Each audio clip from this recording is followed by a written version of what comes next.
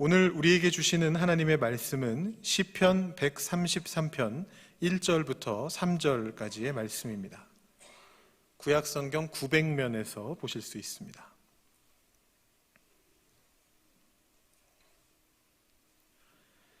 시편 133편 1절부터 3절까지의 말씀을 저와 여러분이 한 목소리로 봉독하도록 하겠습니다.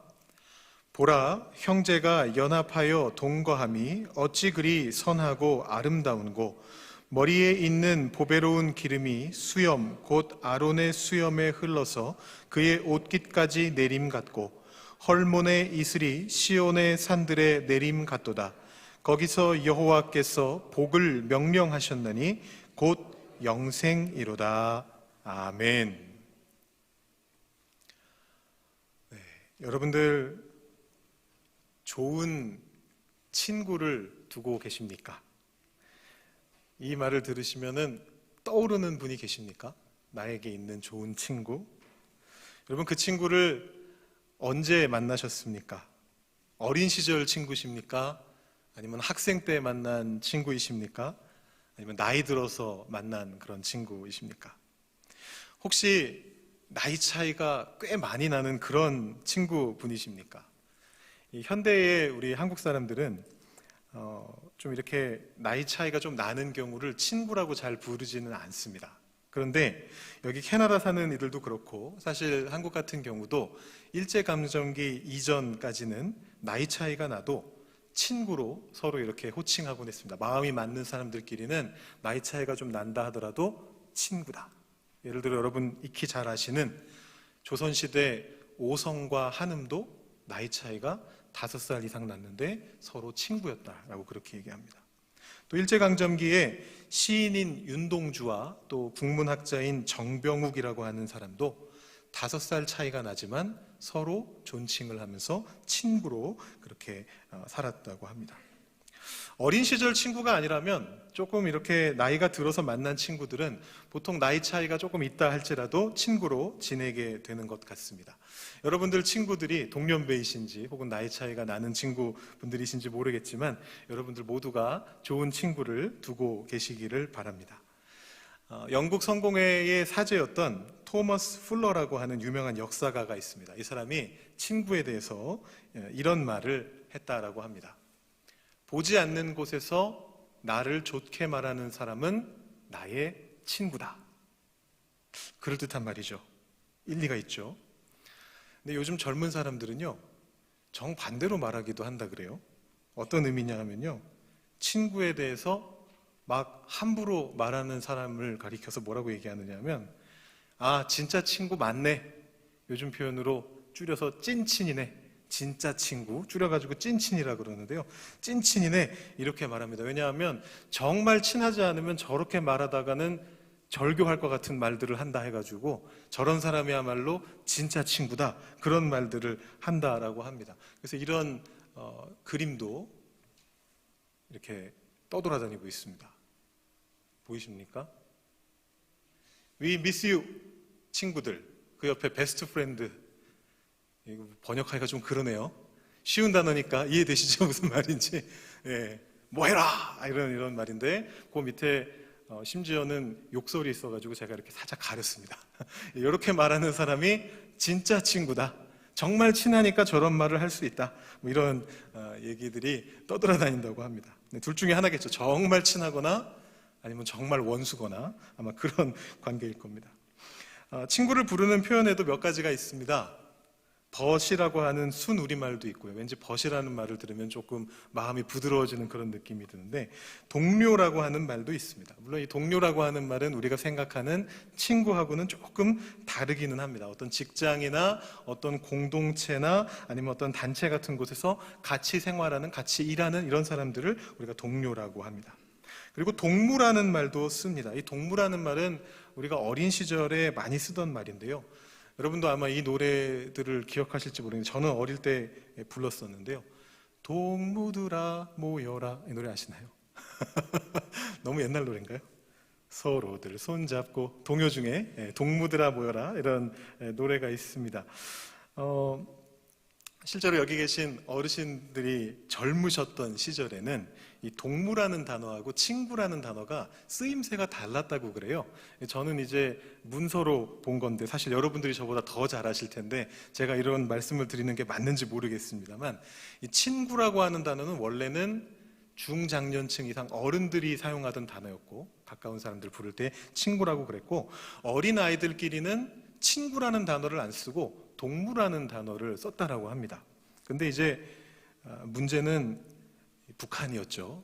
북한에서 북한에서 이 동무라고 하는 너무 좋은 단어를 가져다가 너무 잘 사용하는 바람에 이제 남한에서 이 동무라고 하는 단어를 쓰기가 조금 그래서 사람들이 많이 안 쓰게 되고, 그러면서 친구라는 단어가 이 동무라는 단어를 대체하게 됐다, 뭐 이런 이야기들도 있습니다. 그리고 이와 비슷한 단어 중에 동지라고 하는 단어도 있습니다. 이 동지라는 단어도 북한에서 많이 쓰기는 하는데요. 다만 이 동지라고 하는 단어는 남한에서도 여전히 꽤 많이 사용되고 있습니다. 예를 들면 북한을 아주 싫어하는 보수 정당에서도, 예를 들면 지금 현재 대한민국 대통령은 보수 정당 출신인데 자기 당의 당원들을 호칭할 때는 존경하는 당원 동지 여러분, 이렇게 동지라고 하는 그런 호칭을 씁니다. 이 동지라는 말이 친구하고 유사하지만 조금 뜻이 다르거든요. 어떤 다른 뜻이 있느냐 하면 같이 뜻을 함께하는 사람들이라는 그런 뜻이 그 안에 들어 있습니다. 그래서 뜻을 같이 하는 어떤 단체 소속일 때, 그 단체 소속인 사람들을 부를 때에는 동지 여러분, 이런 표현들을 많이 사용합니다. 오늘 제가 설교 말씀을 친구에 대한 다양한 단어들을 소개해 드리면서 시작했습니다. 제가 오늘 말씀 제목을 동지와 함께하는 즐거움, 이렇게 붙여 보았는데요. 오늘 우리가 읽은 성경 말씀 속에도 이와 비슷한 표현이 나오고 있습니다. 이 말씀에 나타난 표현은 형제라고 하는 단어입니다. 1절 말씀을 보시면요, 보라, 형제가 연합하여 동거함이 어찌 그리 선하고 아름다운고, 이렇게 되어 있습니다. 오늘 말씀 워낙 짧으니까 제가 그 뒤에 2절까지 함께 읽어보겠습니다. 머리에 있는 보배로운 기름이 수염 곧 아론의 수염에 흘러서 그의 옷깃까지 내림 같고, 헐몬의 이슬이 시온의 산들에 내림 같도다. 거기서 여호와께서 복을 명령하셨나니 곧 영생이로다. 오늘 말씀이 굉장히 짧습니다. 이 짧은 시가 도대체 왜 시편에 들어와 있는 걸까요? 여러분, 이 시편이라고 하는 것은 단순히 그 당시를 살아가던 사람 중에 문학적 기질이 뛰어난 어떤 시인들, 어떤 문학가들이 쓴 그런 어떤 신앙인들의 작품들을 모아놓은 책이 아닙니다. 시편이라고 하는 것은 기본적으로 어떤 것이냐면 오늘날 우리가 사용하고 있는 찬송가와 비슷한 것입니다. 성전 예배의 자리에서, 그 예배의 자리에서 부르기 위해서 만들어 놓은 노래들을 모아 놓은 것이 바로 시편입니다. 그래서 이 시편들은 이유가 있어서 이 시편에 들어와 있는 것입니다. 오늘 말씀 주변을 이렇게 같이 살펴보시면 바로 앞에 있는 132편만 제외하고 주변에 있는 시편들이 하나같이 짧다라는 것을 보실 수가 있습니다. 120편부터 134편까지가 모두 다 성전에 올라가는 노래라고 하는 장르에 소속되어 있는 그런 시들입니다. 말 그대로 성전에 올라가면서 부르는 그런 노래입니다. 사람들이 예배하러 모인 것입니다. 거기에 모여서 성전으로 들어가면서 이 찬양들을 부르는 것입니다. 오늘날로 따지면 뭐랑 비슷하냐 하면 우리가 맨 앞에 예배 시작하면서 불렀던 경배 찬양하고도 비슷한 것이다라고 볼 수가 있고요. 아니면 어떤 특별한 예배 때, 혹은 뭐 예전을 중요시하는 그런 예배 때 예배 시작하면서 이렇게 뒤에서 들어오면서 같이 찬양을 부르면서 들어오는 어떤 그런 것들이 바로 이 모습과 유사하다라고 볼 수가 있습니다. 그래서 곡이 좀 짧습니다. 이거는 전문적인 찬양대가 부르는 곡이 아니고 성도님들이 함께 부르는 곡이었기 때문에 짧게 되어 있습니다. 자, 좋습니다. 이제 짧은 이유까지는 이해가 됐습니다. 근데 문제가 아직 남아 있습니다. 내용을 보니까 이게 교회에서, 성전에서 예배 시작을 알리는 찬양으로서 성전에 들어가면서 부를 만한 노래인가? 이게 조금 의아합니다. 그렇지 않습니까?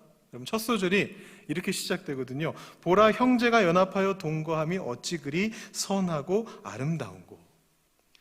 형제가 연합해서 동거하는 것이 경배받을 만한 내용입니까? 찬양받을 만한 내용입니까? 감사할 내용입니까? 여러분들은 어떠세요?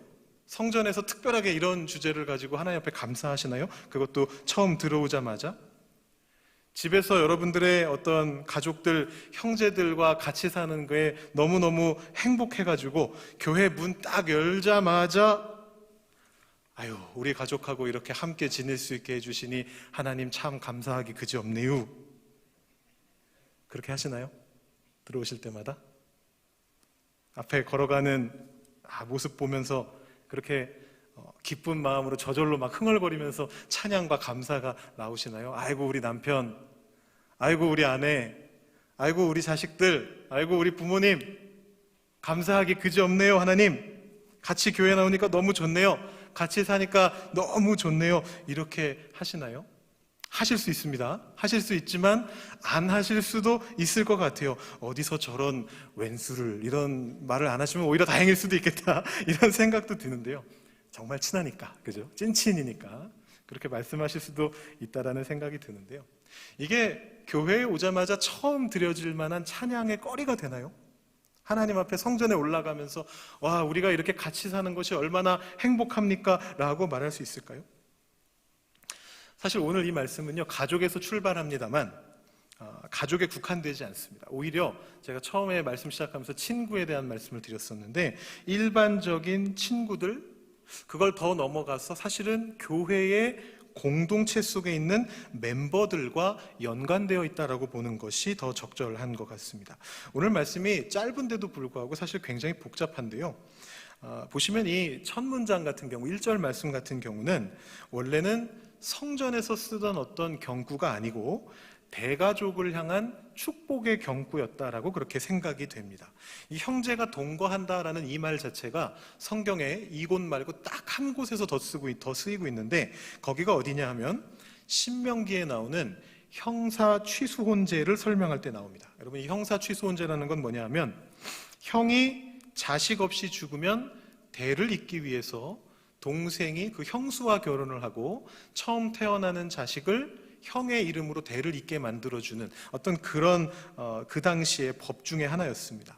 그래서 예수님 시대에 부활이 없다 하는 사두개인들이 와가지고 극단적인 막 사례를 들고 그랬잖아요. 이 제도의 극단적인 사례를 들면서 형제 7이 있었는데 한 명도 자식 없이 다 죽고 한 사람의 여자랑 다 결혼해서 죽었는데 나중에 부활하고 나면 도대체 이 여자는 누구의 아내가 돼야 됩니까? 이런 이제 질문을 했던 그런 내용들도 있었습니다. 제가 최근에 한번 설교를 했던 적이 있는데요.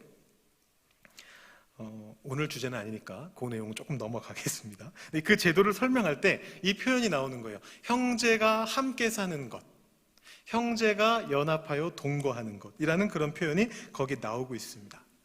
그러니까 이 말씀은 어떤 의미가 있는 말씀이냐 하면, 과거에 가부장적인 어떤 제도 아래에서 결혼을 하고도 아버지의 집을 떠나지 않고 같이 사는 어떤 그런 대가족 구조를 생각하면서 그 안에서 형제들이 다시 그 자녀를 낳고 하면서 이 대가족들이 여러 대가 3대, 4대가 한 곳에서 다 같이 북적북적 살아가고 있는 그런 모습을 예찬하는 어떤 그런 표현입니다.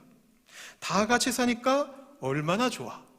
결혼했는데도 부모님과 함께 사니까 얼마나 좋아. 그럴 때 쓰던 표현이었던 것입니다. 물론 그 시대의 사회가 오늘날 우리가 살아가는 사회하고는 워낙 다르기 때문에 그 표현 속에 나타나는 말들을 그대로 다 받아들일 필요는 없습니다. 근데 이것이 거기에서부터 나왔다라는 것이죠. 사실 오늘 말씀 속에서도 이 표현은 비유로만 사용되고 있습니다. 1절의 말씀이 2절과 3절로 넘어가면서 이 내용이 교회 공동체로 확장이 되고 있죠. 아까 말씀드렸던 것처럼 오늘 말씀은 성전에 올라가는 노래입니다. 원근 각지에서 하나님을 섬기는 순례객들이 명절을 맞이해서 지금 성전으로 몰려들고 있습니다. 그 모습을 보고 있던 시인이 시를 읊는 겁니다. 보라, 형제가 연합하여 동거함이 어찌 그리 선하고 아름다운고. 예루살렘 성전에 모인 이 하나님의 백성들의 믿음의 교제를 보면서 이 대가족을 향한 축복의 경구를 이 시인이 가져온 것입니다. 오늘 말씀의 표제를 보시면요, 우리 요즘 자주 보시는 스마트폰이나 이런 태블릿 PC에 나오는 앱에는 시편의 표제가 잘 안 나옵니다만, 종이책으로 된 성경을 보시면 시 위에 표제가 있지 않습니까? 오늘 말씀의 표제에 보면 어떻게 적혀 있느냐 하면 다윗의 시, 성전에 올라가는 노래, 이렇게 적혀 있습니다.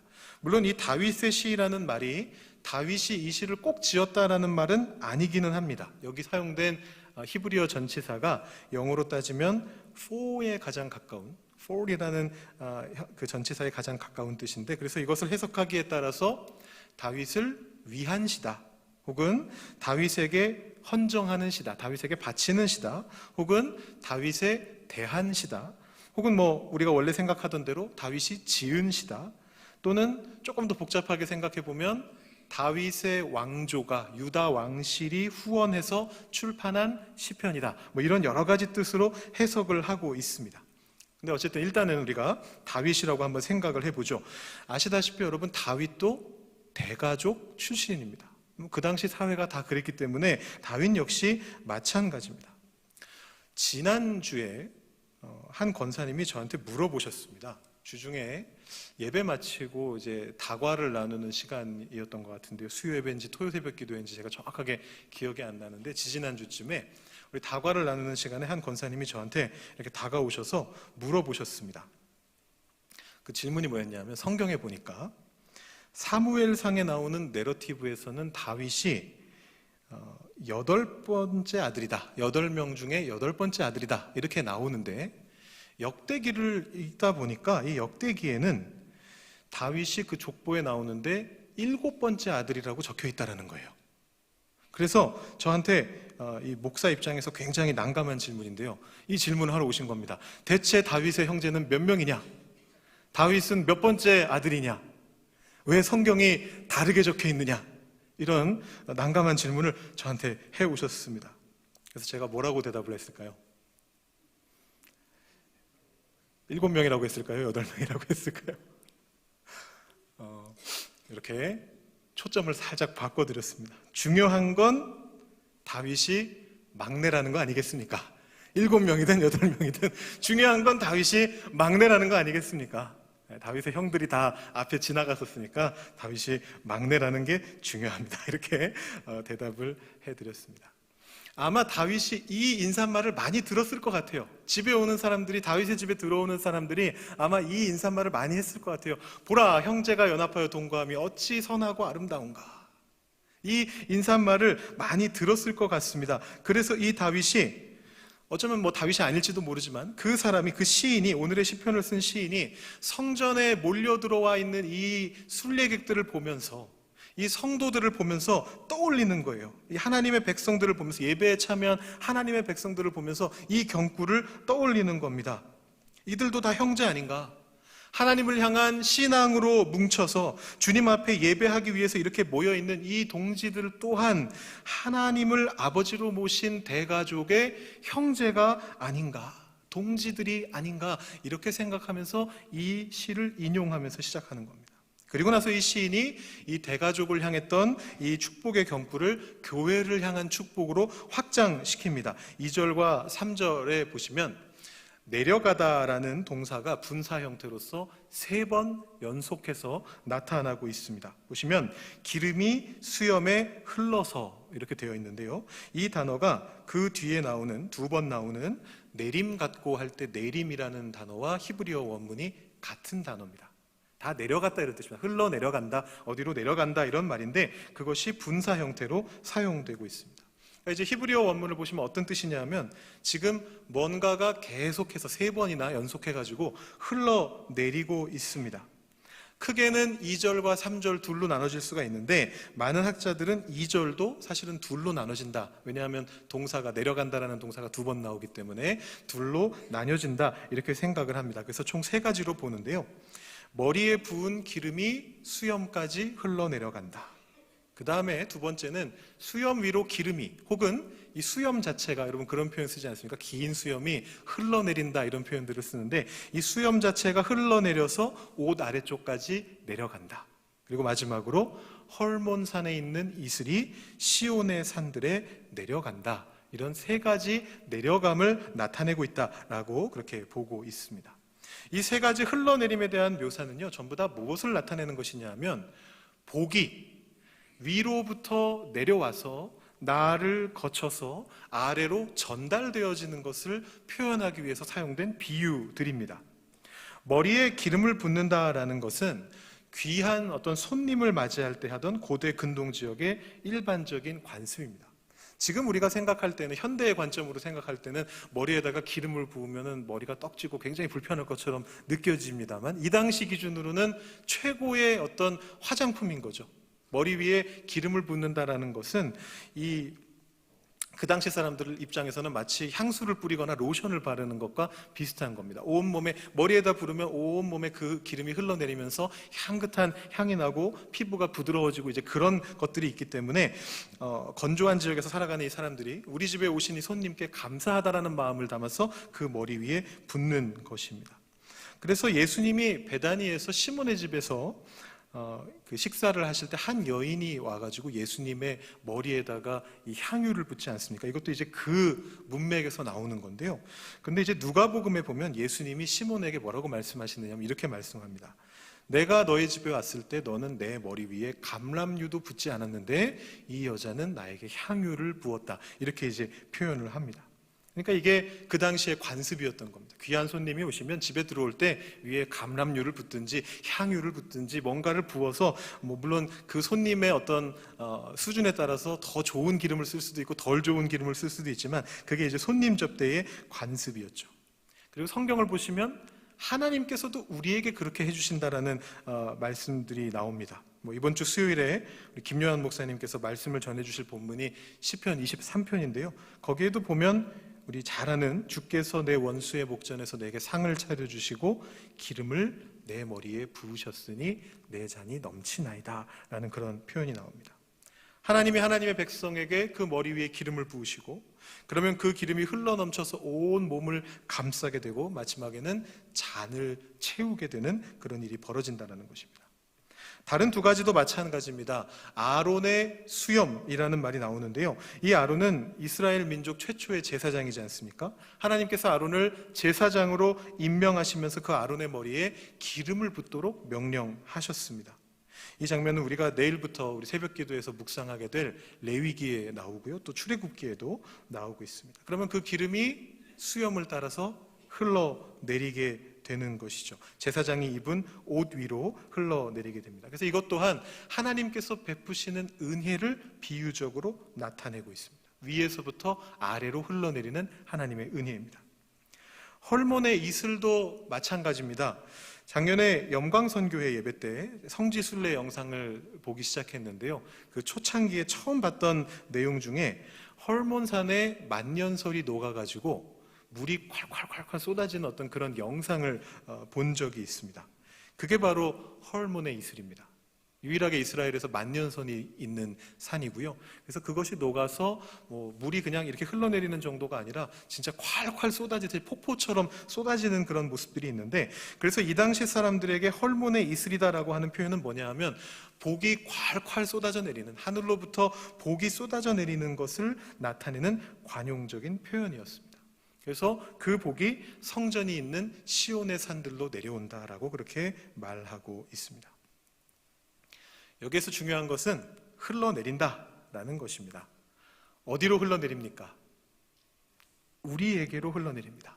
하나님으로부터 출발해서 우리에게로 흘러내립니다. 대가족과 같은 우리에게로, 하나님의 뜻을 따라서 같은 뜻을 품고 함께 모여있는 이 교회 위로 흘러내립니다. 우리 한 사람 한 사람이 이 복의 흘러내림을 받는 사람이면서 동시에 그 복을 흘러넘치게 한, 다른 사람들에게 전달해주는 그런 사람이기도 합니다. 우리 모두는 하나님의 대가족의 구성원입니다. 형제들입니다. 동지들입니다. 여호와께서 거기에서, 성전에서, 교회에서 복을 명령하셨다. 그 복은 영생이다. 이렇게 오늘 말씀이 끝나고 있습니다. 이 하나님의 뜻을 품은 자들이 함께 모인 공동체가 바로 교회입니다. 형제가 연합하여 동거하는, 동지들이 같은 뜻을 품고 함께하는 그 교회 위에 하나님께서 선하고 아름다운 복을 내리시겠다라는 약속을 오늘 말씀을 통해서 주고 계십니다. 지난 8개월 동안 우리가 걸어왔던 길이 결코 쉬운 길은 아니었습니다. 많은 일꾼들이 떠나갔습니다. 함께 지내던 형제들이 떠나갔습니다. 그리고 그 떠나가는 과정이 순탄하지 않았습니다. 남는 분들은 아무런 인수인계를 받지 못했습니다. 떠나가는 교역자분들마저 언제 떠날지 알려주지 않으시다가 갑자기 떠나갔습니다. 교회 학교는 하마터면 완전히 사라질 뻔했었고 다른 교회의 부서들도 자칫하면 무너져 내릴 그런 상황이었습니다. 그런데 그 일이 우리들을 연합하게 하였습니다. 우리 남은 자들이 하나 되게 하였습니다. 은퇴하셨던 분들이 돌아오셔서 힘을 보태 주셨습니다. 그간 어떤 교회의 상황들과 교회의 리더십에 대한 어떤 이전 리더십에 대한 어떤 불만 때문에 혹은 여러 가지 개인적인 사정 때문에 교회를 떠나 계셨거나 교회 일에 인볼브하지 않으셨던 분들이 다시 열심을 내기 시작하셨습니다. 교회의 리더십들은 주님 앞에 바로 서기 위해서 끊임없이 분투하였고 우리 교회를 향한 하나님의 뜻을 깨닫기 위해서, 그래서 그에 따라 행동하기 위해서 계속해서 노력해 왔습니다. 무엇보다도 토요 새벽 기도회와 주중 온라인 새벽 기도회와 목요 기도회와 금요 기도회와 또 우리 수요 예배와 주일 예배의 기도 시간들을 통해서 기도의 재단을 지켜주셨던 분들이 계셨습니다. 그렇게 많은 분들이 우리와 함께 하시면서 더욱 기쁘고 행복한 신앙생활을 하게 되었습니다. 그것은 우리 한 사람 한 사람이 잘나서가 아닙니다. 오히려 못나서입니다. 우리가 하나님 앞에서 못났다라는 것을 너무 정확하게 알게 됐기 때문에 우리의 수준이 이것밖에 안 된다라는 것을 우리가 스스로 깨닫게 되었기 때문에 우리는 하나님께 전적으로 의지할 수밖에 없었고 그런 우리에게 하나님께서 기름을 부어 주셔서 여기까지 그 복을 나누며 전달하며 오게 하셨습니다. 잘 하셨습니다. 잘해 오셨습니다. 참으로 잘해 오셨습니다. 우리 교회에 요즘 새신자분들이 많이 오십니다. 이번 주에도 3분을 이따 3부 예배 때 소개해 드려야 되는데요. 이 새로 오시는 새신자분들이 한결같이 하시는 말씀이 있습니다. 그게 뭐냐면 우리 교회가 분위기가 너무나 좋대요. 그리고 우리 성도님들이 반겨주시는 그 마음이 너무 느껴진대요. 그 표정과 밝은 표정과 그 마음 속에서 반겨주시는 그런 마음들이 너무나 느껴지고 따뜻하다, 그런 말씀들을 계속해서 해주십니다. 근데 여러분, 좀 부끄러운 얘기긴 합니다만 예전에 우리 교회에 오셨던 새신자분들은 정반대로 말씀하셨던 거 알고 계십니까? 들어보셨습니까? 좀 부끄러운 얘기긴 한데요. 그렇습니다. 좀 어떤 평이 있었냐면 우리 교회는 좀 콧대 높은 사람들이 모여있는 교회다. 네. 교회가 워낙 역사도 오래됐고 우리 교회가 토론토에서 가장 오래된 교회고 막 이러니까 뭐 새로 오는 사람들한테 별로 눈길도 안 주고 관심도 안 준다. 뭐 이런 말들을 하시는 분들이 계셨다라고 합니다. 정말 우리가 그랬습니까? 근데 이렇게 바뀌게 된 것은 위기 앞에서 우리가 잘난 존재가 아니라 못난 존재다라는 것을, 하나님의 은혜를 우리 자신들도 절실히 구해야 되는 부족하고 연약한 존재라는 것을 우리가 깨달아 알게 되었기 때문입니다. 형제가 연합해서 동거하는 게 정말로 이 성경 말씀처럼 선하고 아름다운 것이다라는 것을 깨달아 알게 되었기 때문입니다. 오늘 어떤 결과가 나오든지 우리가 잊지 말아야 되는 것은 무엇이냐 하면 우리는 잘난 존재가 아니고 하나님의 은혜가 없다면 아무것도 할 수 없는 존재다라는 그 사실을 꼭 기억하면 좋겠습니다. 우리는 같은 위기를 헤쳐나온 신앙의 동지들입니다. 우리 스스로가 참으로 못난 존재라는 것을 진심으로 깨닫게 된 신앙의 동지들입니다. 하나님의 뜻을 우리 마음에 품고서 함께 걷는 그 기쁨을 깨닫게 된 신앙의 동지들입니다. 앞으로도 계속해서 함께 걸어가야 할 신앙의 동지들입니다. 여러분, 이 동지와 함께하는 즐거움을 여러분들 누리실 수 있기를 바랍니다. 사실 저는 이 동지와 함께하는 즐거움을 지난 8개월 동안 여러분들 몰래 계속해서 느끼고 있었습니다. 우리 교역자실에서 매일매일 함께하는 저의 동지들과 함께, 또 당회에 함께 계신 동지들과 함께, 섬김이들과 목자들, 여러 목장 모임으로 모이시는 동지들과 함께, 젊은 청년들과 교회 학교에 있는 동지들과 함께, EM 예배의 찬양팀을 섬기면서 함께 만나게 되었던 동지들과 함께, 교회의 직원으로 수고하고 계시는 동지들과 함께, 늘 따뜻한 시선으로 맞아주시는 영광 선교회와 여러 모임들의 동지들과 함께 즐겁고 기쁘고 행복한 시간들을 보내왔습니다.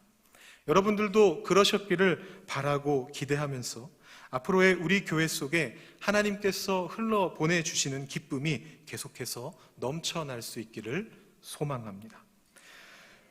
마지막으로 바울의 말씀 한 절 읽어드리면서 오늘 말씀 마치겠습니다. 고린도후서 13장 말씀입니다. 마지막으로 말하노니 형제들아 기뻐하라. 온전하게 되며 위로를 받으며 마음을 같이하며 평안할지어다.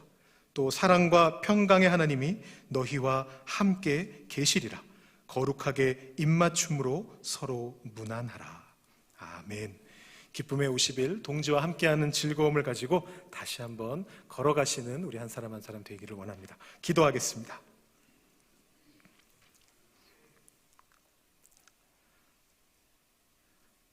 하나님 아버지, 감사합니다. 저희 교회에 복을 부어주시고 그 복을 누릴 수 있는 마음을 우리에게 허락해 주시니 감사합니다.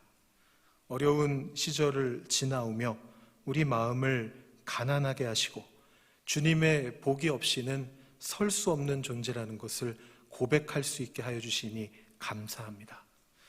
부족한 저희이지만 하나님께서 사랑해 주셔서 주님의 사랑을 함께 나누며 주님의 복을 흘러내리게 하며 다른 사람들에게 전달하며 지금까지 주님의 교회로 이 자리에 서 있었습니다. 하나님, 우리 교회 위에 계속해서 주님의 복을 부어주시고 우리 한 사람 한 사람이 서로를 더욱더 기쁨으로 섬기며 세상 속으로 함께 손잡고 걸어나갈 수 있는, 동지와 함께하는 즐거움을 누리며 살아갈 수 있는 우리 주님의 귀한 성도들이 다 될 수 있도록 주님 인도하여 주시옵소서. 하나님의 뜻을 우리 마음에 품게 하여 주시고 그 품은 뜻이 주님의 뜻 안에서 이루어지는 것들을 우리 함께 우리의 눈으로 볼 수 있는, 그래서 주님의 증인이 될 수 있는 우리 한 사람 한 사람이 되게 하여 주시옵소서. 감사드리며 예수님의 이름으로 기도드립니다. 아멘.